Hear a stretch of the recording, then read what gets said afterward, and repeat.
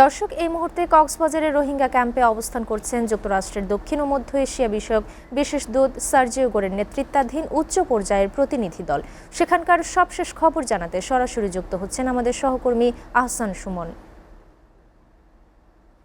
সুমন, প্রতিনিধি দলের সফরের সবশেষ অগ্রগতি কি? তারা কোন কোন ক্যাম্প পরিদর্শন করেছেন?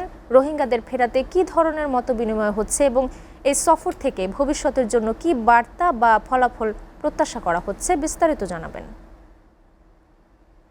ঈশিতা, আসলে কক্সবাজারের এই সফরটি, মার্কিন প্রতিনিধি দলের সফর, এটি আসলে খুবই গুরুত্বপূর্ণ। কারণ ইতিপূর্বে গত ২০১৭ সাল থেকে রোহিঙ্গারা যখন কক্সবাজারে মিয়ানমার থেকে আসে, তখন কিন্তু এই জায়গাতে আসলে এমন ভাবে যে খাদ্য সংকট এবং সহায়তা সংকট অবস্থায় পড়ে গিয়েছিল, সেটি কিন্তু এখন আসলে এই মার্কিন যুক্তরাষ্ট্র তারাই কিন্তু সবচেয়ে বেশি সাহায্য সহযোগিতা করেছে।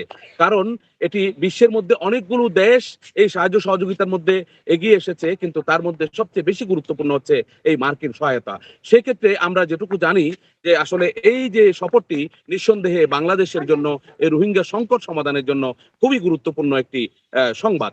এবং তারা সকালে এখানে ১২টার দিকে পৌঁছায় কক্সবাজার বিমানবন্দরে, এবং পৌঁছানোর পর তারা এখান থেকে কক্সবাজারের রোহিঙ্গা ক্যাম্পে যায়, এবং ক্যাম্পে যাওয়ার পরে ৪ নাম্বার, ৬ নাম্বার এবং ৮ নাম্বার ক্যাম্প ভিজিট করেন। সেখানে ডব্লিউএফপির যে কার্যক্রম রয়েছে সেই কার্যক্রম তারা পরিদর্শন করেন, অর্থাৎ বিশ্ব খাদ্য সহায়তা কর্মসূচি, খাদ্য সংস্থার যে কার্যক্রম সেগুলো তারা ভিজিট করেন, যেখানে তাদের সহায়তা হয়। ইতিপূর্বে আপনারা জানেন যে আসলে সেটা এই কক্সবাজারের মধ্যে যে রোহিঙ্গারা আছে, এই রোহিঙ্গাদের মধ্যে যে খাদ্য সংকট, একটি তাদের দাতা সংস্থাগুলো, বৈশ্বিক যে সাহায্য সংস্থাগুলো, এগুলো কিন্তু কমিয়ে নিয়ে আসা হয়েছিল।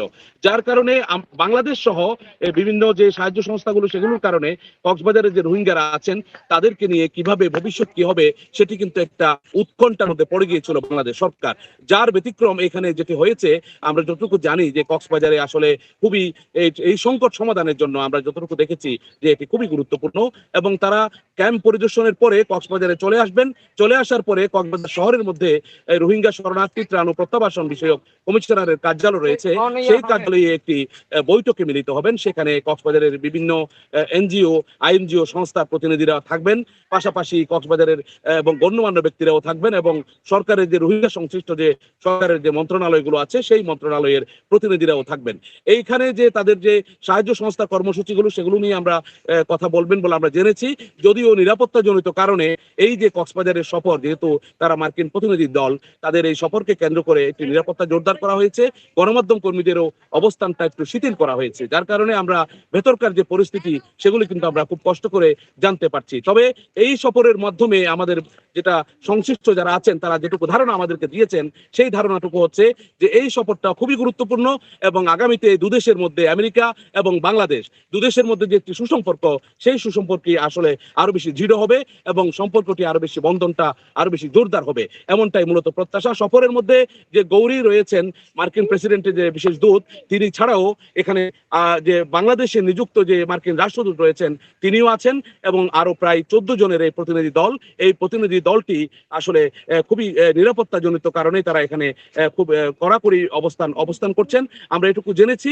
এবং তাদের যে অবস্থান, এটি তারা বিকেলে, আজকে রাতে মিটিং শেষ করে সন্ধ্যায় তারা ঢাকার উদ্দেশ্যে রওনা দিবেন, এবং সেখানে প্রধানমন্ত্রীর সাথে তারা একটি সাক্ষাতের কথা রয়েছে, তারপরে তাদের নিজ দেশে তারা ফেরত যাবেন, এমনটাই আমরা জানতে পেরেছি। তবে সব মিলিয়ে যে তাদের এই সফরের মাধ্যমে কক্সবাজারের স্থানীয় মানুষদেরও একটি আহ্বান আছে। সেই আহ্বানটি হচ্ছে যে রোহিঙ্গা সমস্যাটি তারা নিজ দেশে কখন ফিরে যাবে, তাদের দেশে কখন ফিরে যাবে, কখন সন্তোষজনকভাবে রোহিঙ্গা প্রত্যাবাসনটি হবে, সেই প্রক্রিয়ার জন্য মূলত কক্সবাজারের স্থানীয় বাসিন্দা, সুশীল সমাজ, তারা সকলেই এই আহ্বানটি জানিয়েছেন যে মার্কিন প্রতিনিধি দল যেন রোহিঙ্গা শরণার্থীদের নিজ দেশে ফেরত যাওয়ার জন্য সেই কার্যক্রমটি যেন তারা জোরদার করে, এবং সেই ক্ষেত্রে আন্তর্জাতিক সহযোগিতার ক্ষেত্রে এই সফরটি খুব গুরুত্বপূর্ণ ভূমিকা রাখবে, এমনটাই প্রত্যাশা এই কক্সবাজারের স্থানীয় বাসিন্দাদের।